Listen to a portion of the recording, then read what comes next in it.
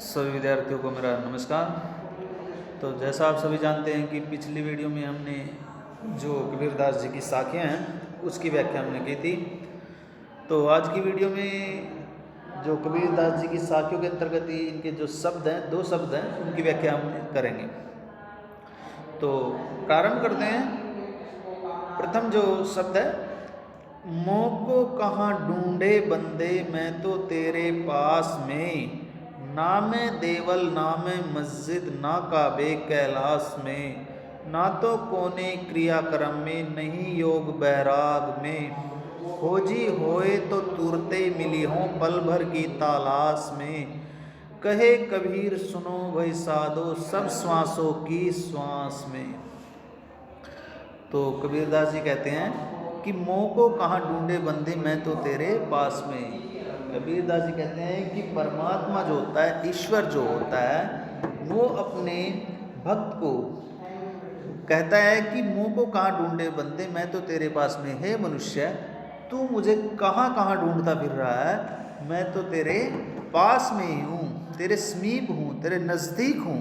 ना मैं देवल ना मैं मस्जिद, अर्थात तू मुझे कभी मंदिर में कभी मस्जिद में अनेक जगहों पर तलाश करता है। ना मैं किसी मंदिर में हूँ, ना मैं मस्जिद में हूँ, और ना जो मुस्लिम तीर्थ स्थल है काबा और जो हिंदुओं का तीर्थ स्थल है कैलाश, तो ना मैं कहीं काबा में हूँ और ना कैलाश में हूँ, ना तो कोने क्रियाक्रम में, और ना मैं किसी प्रकार के कार्य विधि क्रियाक्रम में पूजा पाठ में नहीं हूँ, नहीं योग वैराग में, और नहीं किसी प्रकार के योग में हूँ, अर्थात किसी प्रकार का योग धारण करने से मैं प्राप्त नहीं होता।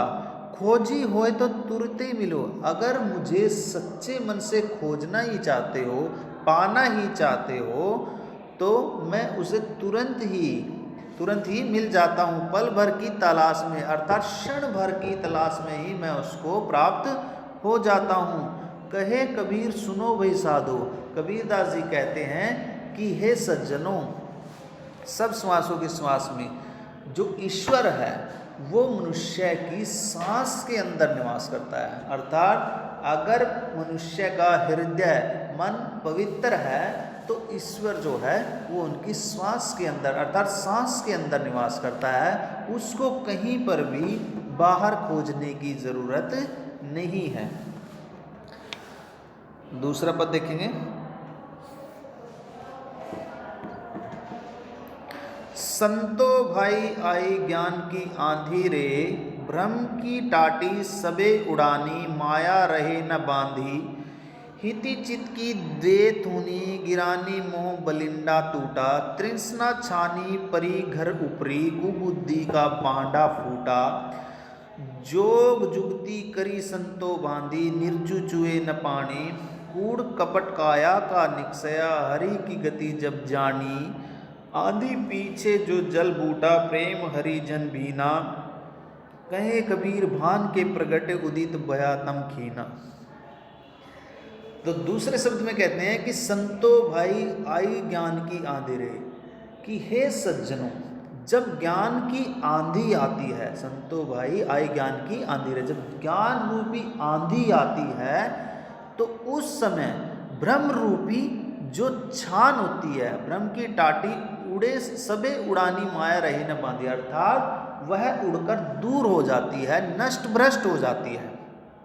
उसको किसी भी प्रकार की मोह माया बांधकर नहीं रख सकती।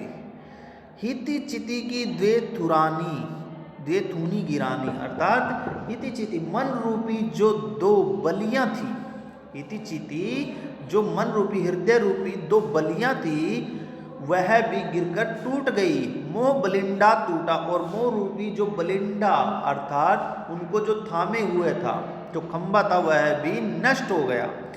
तृष्णा छानी परी घर ऊपरी, अर्थात तृष्णा इच्छाओं का जो इच्छाओं रूपी जो छत थी वह भी नष्ट भ्रष्ट हो गई। उसकी सारी की सारी जो सामग्री है वो बिखर गई, टूट गई।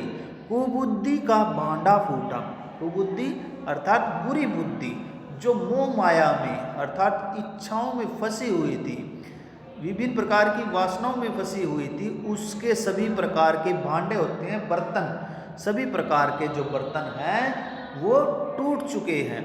जोग जुगती करी संतो बांधी, अर्थात जोग जुगती योग युक्ति के द्वारा, अर्थात योग युक्ति के द्वारा एक ऐसी संतो बांधी, एक ऐसी जो है छान रूप बांधी गई है, निर्चु चुए न पानी, अर्थात जिसमें से जो पानी है वो नहीं चू सकता, अर्थात नीचे नहीं टपक सकता।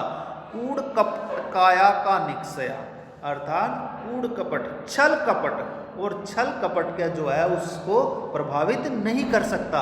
हरि की गति जब जानी, जब ईश्वर की भक्ति में, अर्थात ईश्वर में मनुष्य रम जाता है, सच्चे मन से सच्चे हृदय से ईश्वर को प्राप्त करने लगता है, तब उसको किसी प्रकार की जो कूड़ कपट छल कपट द्वेष मोह माया ईर्ष्या वो प्रभावित नहीं कर सकती। आंधी पीछे जो जल बूटा प्रेम हरि जन भीना, अर्थात उस आंधी के पश्चात जो जल प्राप्त हुआ, अर्थात जल ईश्वर का प्रेम और अनुग्रह प्राप्त होने पर उसमें जो भक्त था वो अच्छी प्रकार से लिप्त हो गया, भीग गया।